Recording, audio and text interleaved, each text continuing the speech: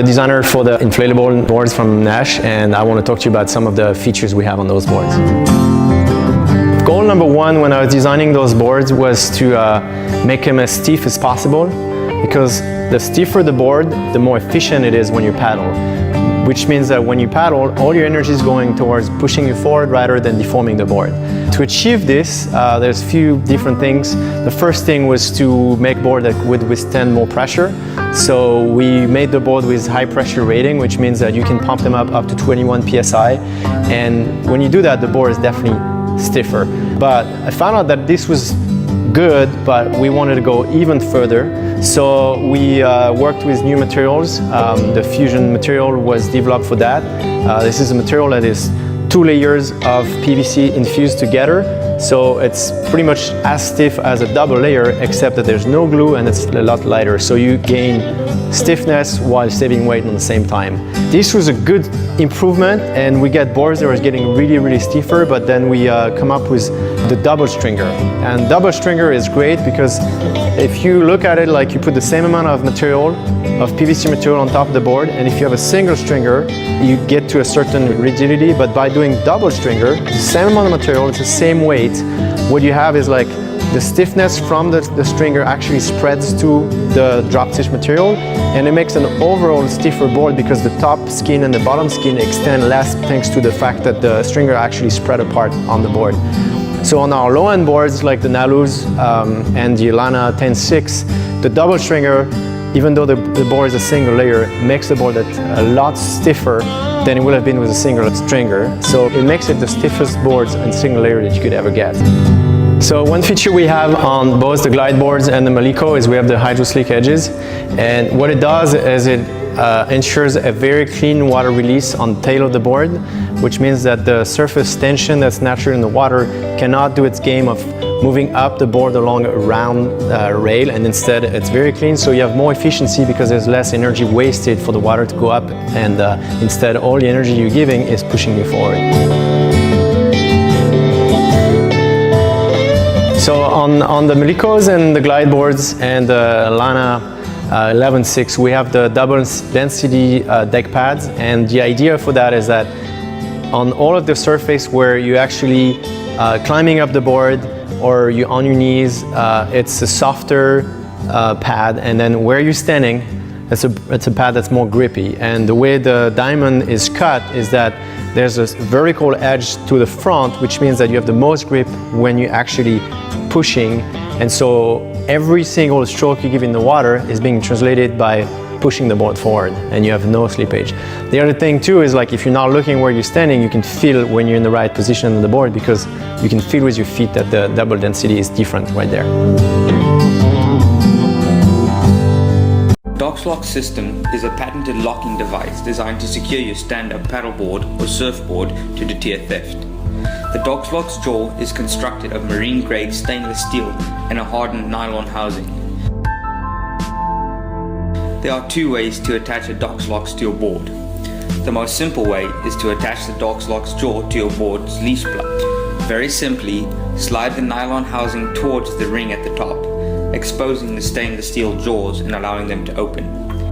Next, place the jaws around the metal bar in your leash plug and slide the nylon housing back down, exposing the ring at the top. The DocksLocks jaw is made to swivel. This reduces stress on the attachment point and prevents damage to your board. Run the provided coated cable through the ring and attach it to any stationary object. For boards that do not have a leash plug, a cleat has been provided that fits into your board's traditional fin box and provides a secure anchor point for your DocksLocks jaw. To install the fin box cleat, remove your fin from your board. Place the cleat in your fin box via the slot near the center of your fin box. Slide the cleat down the track to either the very front or back of your fin box and tighten the one-way screw. Note, the screw will not penetrate your fin box or damage your board, but rather use tension to prevent the cleat from being removed. Replace your fin, attach the jaw to the cleat, and your board is now secure.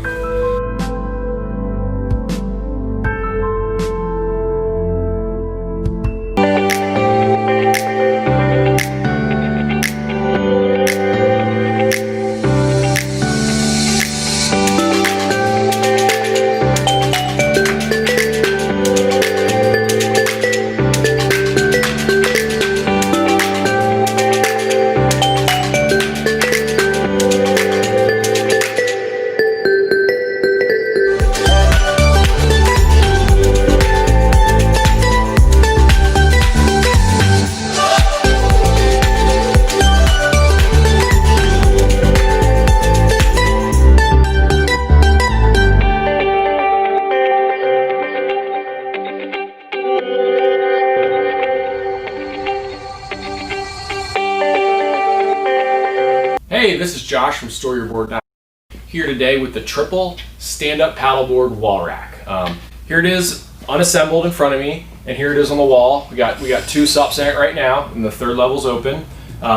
It comes unassembled, but it's really easy to put together. So you'll get two of these base plates that look like this, and you can see they're here and here once they're assembled. The nice thing about two is you can space them as far as you need, depending on what length of board you have. This also works well for surfboards and other types of boards, so you can keep it in if you want to use your bottom level for something else other than a long SUP. So basically, it's made from steel, so very heavy duty, and then it's powder coated with a really strong powder coat that is rust resistant in freshwater. In saltwater, we do not recommend this, so if you're beachfront, check out some of our stainless steel options, other options like that are a little bit more rust resistance in that saltwater environment. So basically you get this, and then you have these three different arms. So what it does is there's a snap hole right here. So you put that in, push in the push pin on the rack, and then it's in. So it's easy as that. So you can just do that for all three.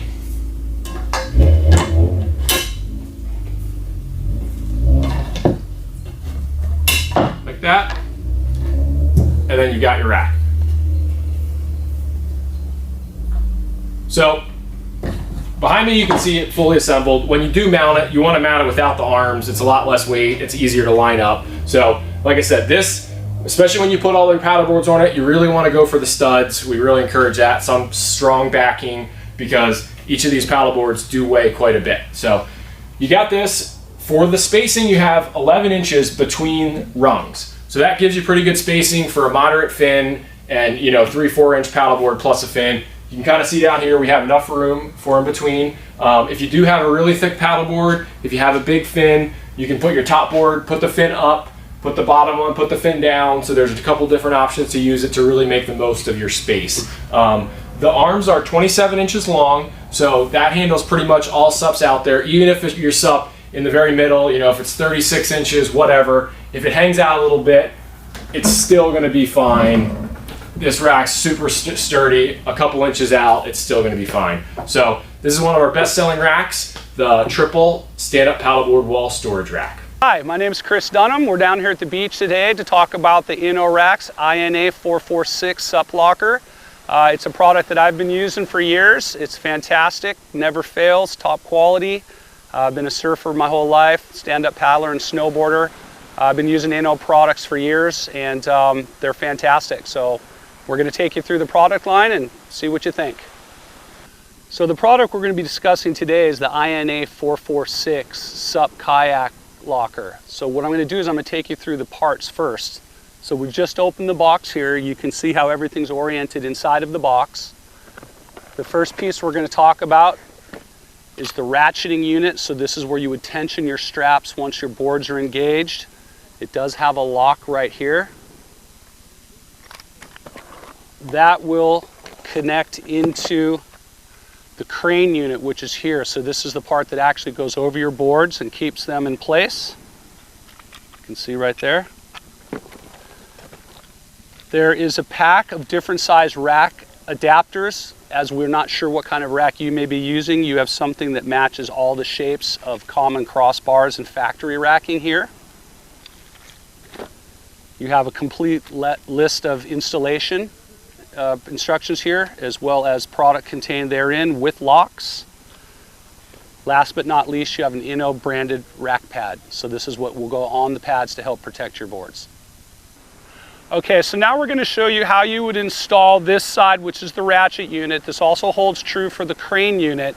These are going to be your crossbar adapters, and what we offer is there is a square or rectangular bar adapter, as well as a round bar adapter. So either one of those, you're going to open up the bottom here, you're going to snap them straight in, and that's what's going to give you the grip of the rack onto your crossbar section.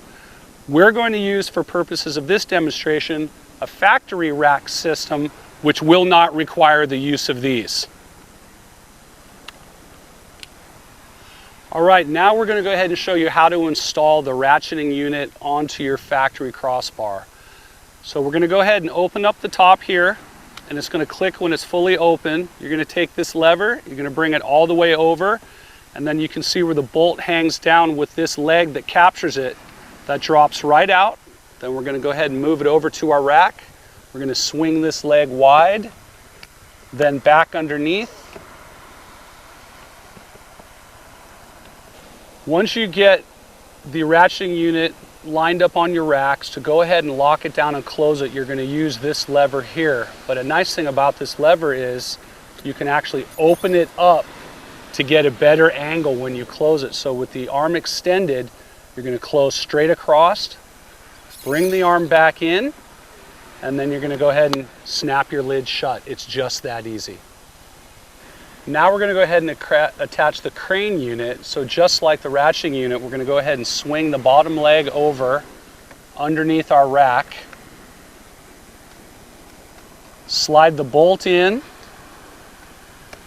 We're going to go ahead and tension the teeth, hand tensioning. Then when we get it where we want it, keep in mind that just like the other side, this does have the extended handle for increased leverage. So you're going to bring it across, lock it down. You're going to want to bring that back to close off the extension, snap it into place, and you're ready to connect with the other side. Okay, so this is our rack pad that's going to come with the INNO 446. It's a nice foam pad. It's got double Velcro closures, so we're going to go ahead and open this up. And one thing you're going to notice when we open it is it's pre-articulated. In other words, it will fit over a variety of rack shapes better than a traditional tubular pad. Velcro attachment, easy as can be. Okay, now we're ready to go ahead and put your board on the racks. So we're going to go ahead and center our board on the rack here. Pull these cables away from underneath. And the beautiful thing about the INNO rack system is with the crane units on the other side, you do not have to walk over and throw a strap over like a traditional rack. You're going to go ahead and depress this lever here with the gray lip, pull your cable out, slide your corner unit back, reach over. The cable is going to hook around that lip, and then you're going to go ahead and rotate the cranks forward to tension down, keeping the cover open so it doesn't lock you out. And we're going to want to go ahead and keep this corner unit on the rail or edge of your board. That way, after you tension down with the pressure, it doesn't leave any marks or ding. Okay, now we've got our boards on. The racks are nice and tight. As you can clearly see, there's 2 SUPs here. This also holds 2 long boards and up to 3 short boards as well. Gonna go ahead and take our key, lock it out. We're ready to go.